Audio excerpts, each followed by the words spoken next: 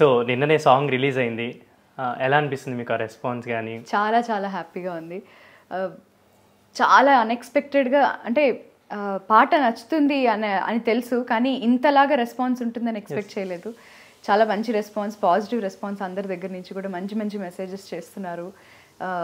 ప్రతి ఒక్కళ్ళు కూడా మీరు చాలా సోల్ఫుల్గా పాడారు, మనసుకు హత్తుకునేలా పాడారని మెసేజ్ చేస్తున్నారు. అది చాలా సంతోషంగా ఉంది. ఒక సింగర్కి అంతకంటే అప్రిసియేషన్ ఇంకోటి ఉండదు. సో ఇప్పుడు ఆ సాంగ్ ఒకసారి మా కోసం పాడతారా? సూర్యుడే గొడుగు పట్టి వచ్చాడే భుజము తట్టి, చిమ్మ చీకటిలోను నీడల ఉండేటోడు, రెప్పనొదలక కాపు కాసెడి కన్నువాడు, ఆకాశం ఇడిసి పెట్టి ముత్తెట్టే పొలము మట్టి, ఎండ భగ భగ తీర్చే చినుకుల దూకుతాడు, ముప్పు కలగక ముందు నిలబడి ఆపుతాడు. హే హే ఖడ్గమొకడైతే కలహాలు ఒకడివిలే, ఒకడు గర్జన ఒకడు ఉప్పెన వెరసి ప్రళయాలే, సైగ ఒకడు సైన్యమొకడు కలిసి కదిలితే కదనమే, ఒకరికొకరని నమ్మి నడిచిన స్నేహమే ఇదిలే, నూరేళ్ళు నిలవాలే.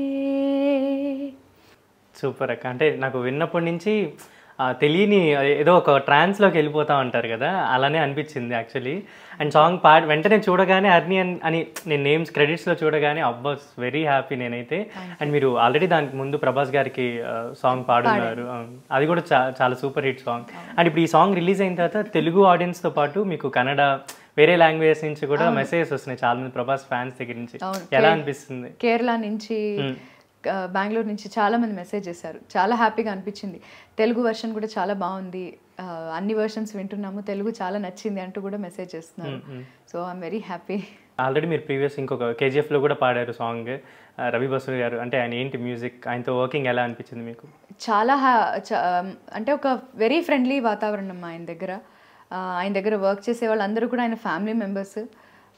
వాళ్ళు ఎంత కంఫర్ట్ని క్రియేట్ చేస్తారంటే వచ్చే సింగర్స్ కానీ గెస్ట్లు కానీ. మేము కేజీఎఫ్ పాడడానికి వెళ్ళినప్పుడు చూసాం, అసలు అది ఏదో ఒక వర్క్ స్టేషన్ లాగా అనిపించలేదు, అంతా కూడా ఫ్యామిలీ గ్యాదరింగ్ లాగే అనిపించింది. వాళ్ళ తమ్ముళ్ళు, వాళ్ళ బ్రదర్స్, బావలు అందరూ వాళ్ళే వర్క్ చేస్తున్నారు, మొత్తం టీం అంతా.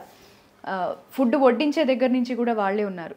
సో ప్రతి ఒక్కళ్ళు మమ్మల్ని ఎంత బాగా చూసుకున్నారంటే, అక్కడ మేము వాళ్ళకి ఇంటికి ఎవరైనా గెస్ట్లు వస్తే మనం ఎంతగా ఆదరిస్తాం, వాళ్ళు అంతకంటే ఎక్కువగా చూసుకున్నారు. సో ఆయన దగ్గర వర్క్ చేయడం కూడా అలాగే అనిపించింది. నేను ఈ పాటకి ఇక్కడి నుంచే వర్క్ చేశాను, బట్ ఆయన ప్రతి ఒక్క చిన్న డీటెయిల్ని కూడా మిస్ చేయకుండా పంపించిన ప్రతిసారి ఇది కరెక్షన్, ఇది కరెక్షన్ అని చెప్పి చాలా ప్లెజెంట్గా మాట్లాడతారు, ప్రశాంతంగా మాట్లాడతారు. హరిణిజీ హరిణిజీ అని మాట్లాడతారు. చాలా బాగా అనిపిస్తుంది, ఆయనతో వర్క్ చేయడం చాలా కంఫర్టబుల్గా అనిపిస్తుంది. అండ్ ఫస్ట్ మీరు పాడింది కేజీఎఫ్ సాంగ్ కదా? ఆయనకి ముందు పాడింది మదగజ అని, మదగజ మూవీలో పాడాను. కన్నా అడుగుతున్నా అని ఒక సాంగ్ పాడాను, అదే ఫస్ట్ సాంగ్ ఆయనకి నేను వర్క్ చేసింది. తర్వాత కేజీఎఫ్ 2, ఆ తర్వాత కిసి కబాయ్ కిసికి జాన్, తర్వాత కబ్జా తర్వాత ఈ మూవీ.